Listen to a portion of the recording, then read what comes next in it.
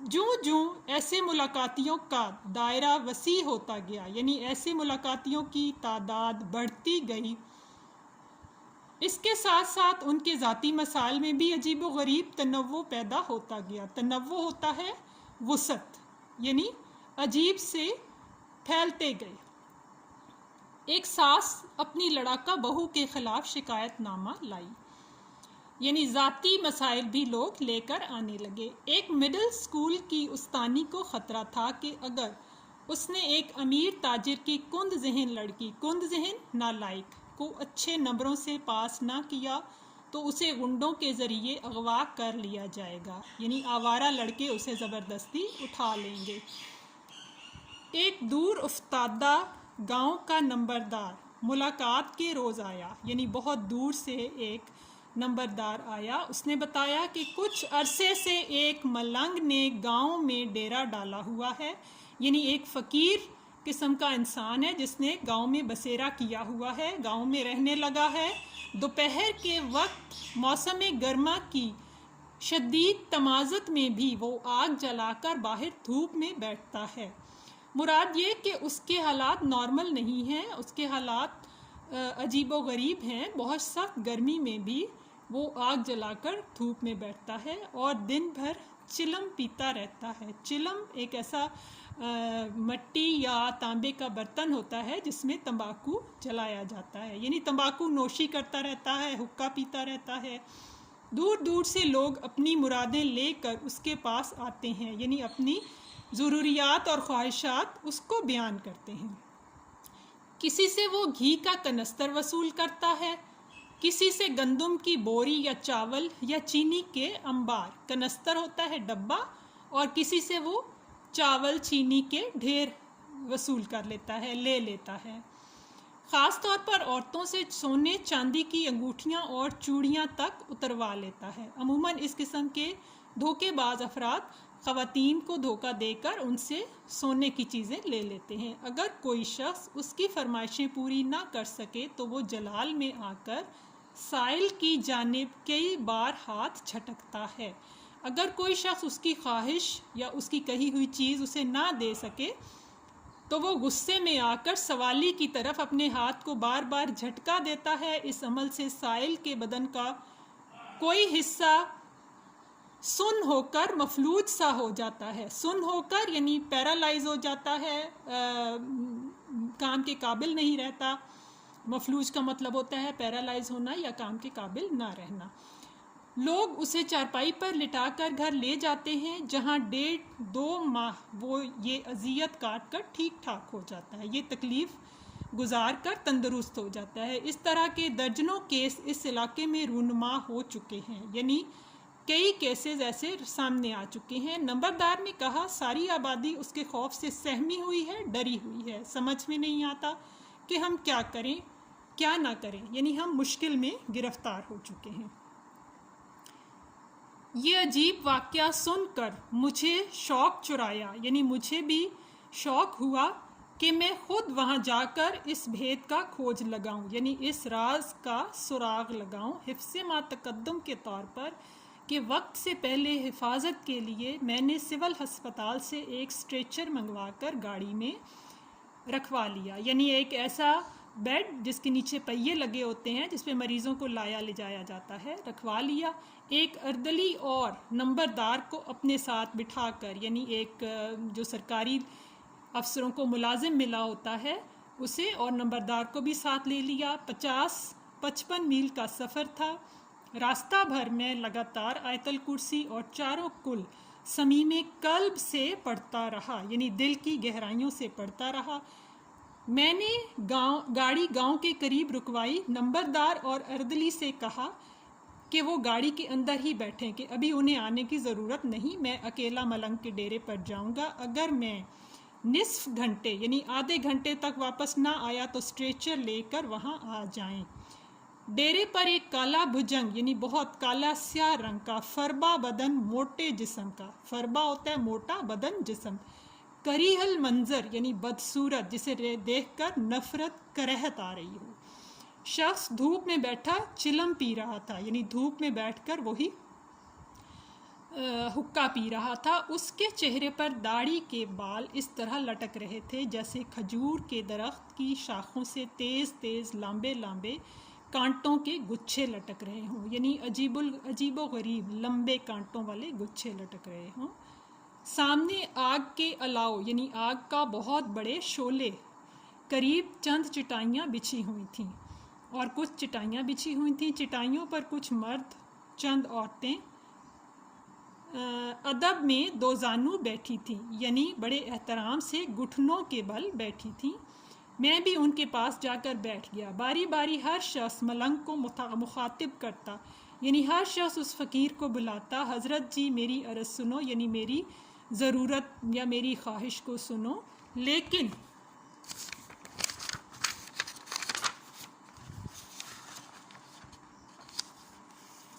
سرخ آنکھوں والا ملنگ کسی کی عرض سننے کے موڈ میں نہ تھا۔ لیکن سرخ آنکھوں والا یہ فقیر کسی کی بات سننے کے مزاج میں نہ تھا، بلکہ کش پر کش لگا کر گم سم بیٹھا تھا، بلکہ حقے کے کش لگا رہا تھا اور خاموش بیٹھا تھا۔ تھوڑی دیر انتظار کرنے کے بعد میں نے ملنگ کو للکارا، میں نے زور سے پکارا، ارے او بدماش گنڈے، بولتا کیوں نہیں؟ کیا تو گونگا ہے کہ تم بات کیوں نہیں کرتے؟ کیا تم بول نہیں سکتے؟ یہ سنتے ہی چٹائیوں پر بیٹھے لوگ اٹھ کر بھاگ گئے، یعنی خوف سے ڈر کے دور چلے گئے۔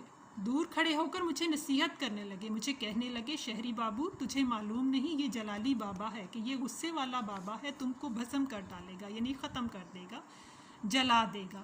میری للکار سن کر ملنگ بھی غصے میں آیا۔ میری آواز سن کر، زوردار آواز سن کر ملنگ کو غصہ آیا۔ اس نے چلم ہاتھ سے رکھ دی اور زور سے چنگھاڑ کر سر و قامت کھڑا ہو گیا، اور زور سے چیخ کر پورے قد و قامت کے ساتھ کھڑا ہو گیا۔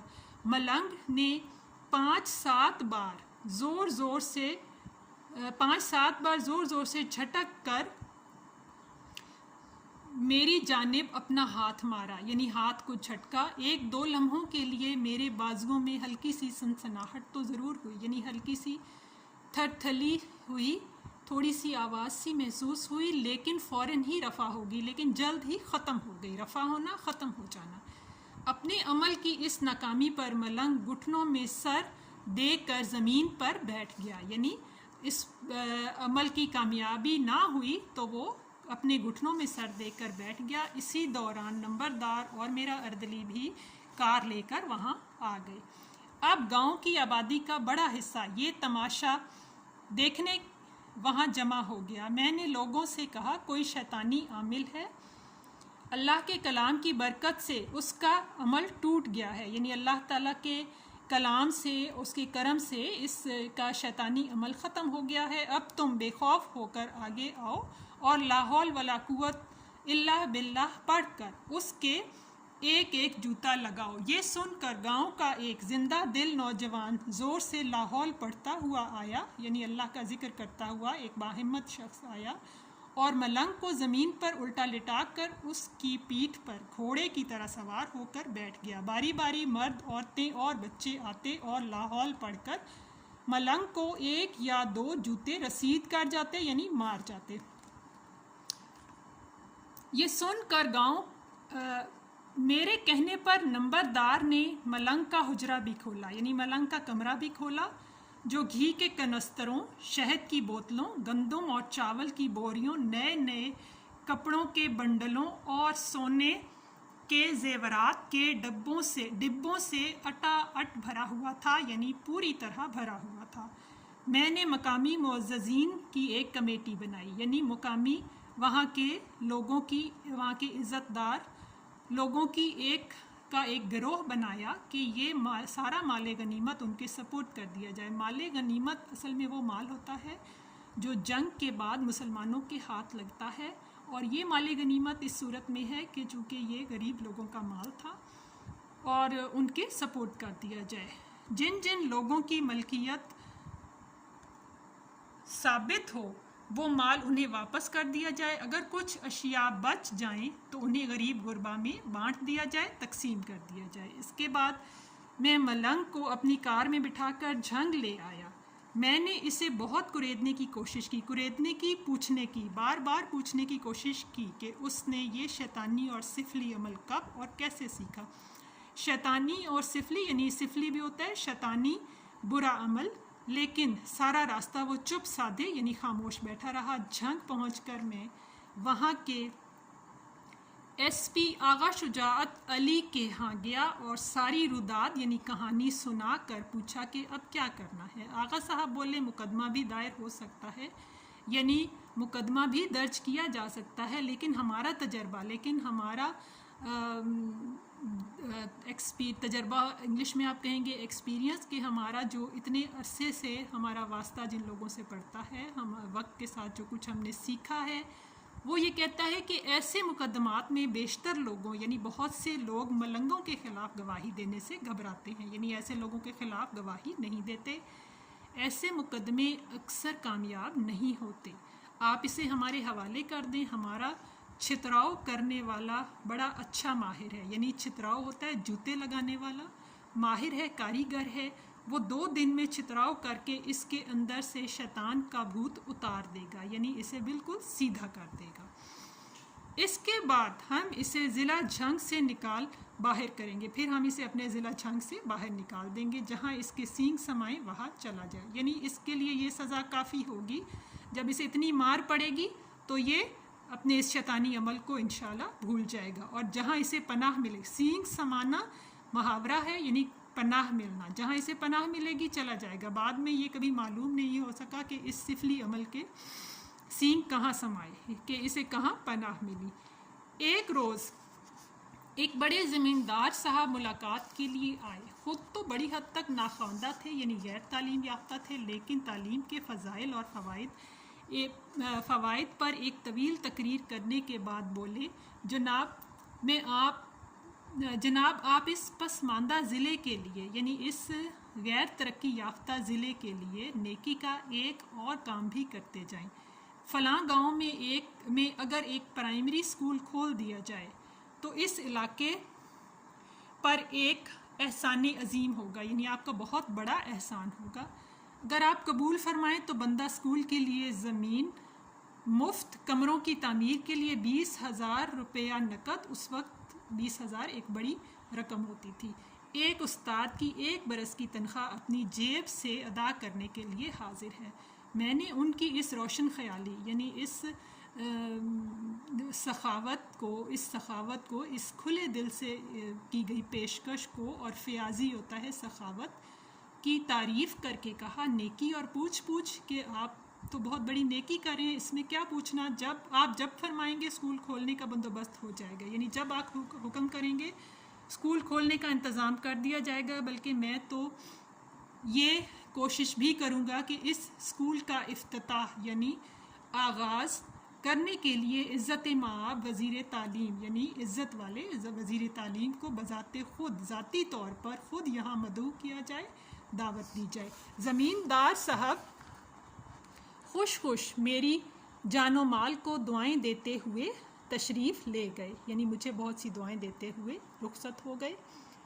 کوئی 1 ہفتہ بعد اسی علاقے کے ایک اور بڑے زمیندار ملنے آئے، چھوٹتے ہی انہوں نے روحانسا ہو کر گلا شکوہ کر دیا۔ روحانسا ہوتا ہے رونے والی شکل بنا کر شکوہ شکایت شروع کر دی، جناب میں نے کیا قصور کیا ہے، یعنی میں نے کیا جرم کیا ہے کہ مجھے اس قدر کڑی سزا دی جا رہی ہے، کہ مجھے اتنی سخت سزا دی جا رہی ہے، بندہ بالکل بے گناہ ہے کہ میرا کوئی قصور نہیں۔ میں نے حیران ہو کر اس شکوے کی وضاحت طلب کی، کہ اس شکایت کی وضاحت مانگی کہ ان کے ساتھ کیا ظلم ہو رہا ہے، کہ کون سا ستم، کون سی تکلیف ان کو پہنچائی جا رہی ہے، اور کون یہ ظلم کر رہا ہے، اور کون ان کو یہ تکلیف پہنچا رہا ہے۔ انہوں نے گلوگیر آواز میں یہ تفصیل سنائی، گلوگیر ہوتا ہے رونے والی، دکھ بھری آواز میں بتایا، پچھلے ہفتے اسکول کے بارے میں جو شخص ملنے آیا تھا، اور یہ اسکول اپنے گاؤں میں نہیں، وہ یہ اسکول اپنے گاؤں میں نہیں بلکہ میرے گاؤں میں کھلوا رہا ہے۔ ہمارے درمیان پشتوں سے یعنی نسلوں سے خاندانی دشمنی چلی آ رہی ہے۔ پہلے ہم ایک دوسرے کے مویشی چرا لاتے تھے، یعنی ایک دوسرے کے جانور چوری کرتے تھے، کبھی ایک دوسرے کے مزاروں کو قتل کروا دیتے تھے۔ مزارے ہوتے ہیں زمین پر کام کرنے والے ملازم، زمینداروں کی زمین پر جو ملازم کام کرتے ہیں انہیں مزارے کہا جاتا ہے۔ کبھی ایک دوسرے کی فصلیں اجاڑ دیتے، یعنی فصلیں تباہ کر دیتے، لیکن اب وہ کمینہ میرے گاؤں کی نسلیں تباہ کرنے پر اتر آیا ہے۔ کمینہ گھٹیا میرے گاؤں کے آنے والے بچوں کو خراب کرنے لگا ہے، اسی لیے آپ سے اسکول کھولنے کا وعدہ لے کر گیا ہے۔ فروغ تعلیم کے فضائل پر یہ نرالی منطق سن کر میں سکتے میں آ گیا۔ فروغ ہوتا ہے پھیلانا، تعلیم کو پھیلانے کے یہ فضائل ہوتا ہے، فضیلت کی جمع یعنی یہ برکات، یہ نرالی عجیب منطق دلیل کہ تعلیم کو پھیلانے کی برکات پر یہ عجیب دلیل سن کر میں بہت زیادہ حیرت میں آ گیا۔ یہ مصنف کہہ رہے ہیں۔ چند منٹ سوچنے کے بعد میں نے گزارش کی، میں نے عرض کیا، آپ بھی اینٹ کا جواب پتھر سے کیوں نہیں دیتے کہ جیسا وہ آپ کے ساتھ کر رہا ہے آپ بھی اسی طرح کریں۔ جو پیشکش انہوں نے کی ہے اگر وہی آپ بھی اٹھا لیں تو میں وعدہ کرتا ہوں کہ ان کے گاؤں میں بھی بیک وقت ویسا ہی اسکول قائم کر دیا جائے گا۔ یعنی جو پیشکش وہ کر گئے ہیں اسی طرح سے آپ بھی اپنی زمین دیں، کمروں کی تعمیر کے لیے پیسے دیں اور استاد کی 1 سال کی تنخواہ دیں تو میں ان کے گاؤں میں بھی اسکول کھلوا دوں گا۔ یہ سن کر ان کی کسی قدر تشفی تو ہوئی، تشفی یعنی تسلی، کسی حد تک تسلی تو ہوئی، لیکن اس کے بعد دونوں میں سے کوئی بھی اپنی اپنی فیاضی کی پیشکش لے کر دوبارہ میرے پاس نہ آیا، یعنی اپنی اس سخاوت کو لے کر میرے پاس نہ آیا۔ کچھ عرصے بعد میں نے یہ واقعہ جھنگ کے بیرسٹر یوسف صاحب کو سنایا، یعنی جھنگ کے وکیل یوسف صاحب کو سنایا تو مسکرا کر بولے، حیران ہونے کی کوئی بات نہیں، تعلیم جیسی خطرناک وبا کو اپنے اپنے گاؤں سے دور رکھنے کے لیے دونوں نے اپنا مشترکہ فرض سمجھ کر مکمکا کر لیا ہوگا۔ دراصل مصنف کہنا چاہتے ہیں کہ یہ زمیندار لوگ اپنے گاؤں کے لوگوں کو تعلیم نہیں دلوانا چاہتے، یہ تو بلکہ دشمنی کرنے کے لیے تعلیم دلوا رہے تھے، کیونکہ اگر وہاں کے بچوں کو تعلیم مل جائے گی تو ان کی زمینوں پر مزدوروں کے طور پر اور ان کے غلاموں کے طور پر کون کام کرے گا؟ ہمارے معاشرے کا یہ المیہ ہے کہ ہمارا زمیندار اور امیر طبقہ چھوٹے لوگوں کو، غریب لوگوں کو تعلیم جیسی سہولتیں لینے نہیں دیتا۔ اور جس وقت کی یہ بات ہے قدرت اللہ شہاب نے لکھا ہے اس وقت تو حالات اسی طرح تھے، ابھی حالات بہتر ہیں۔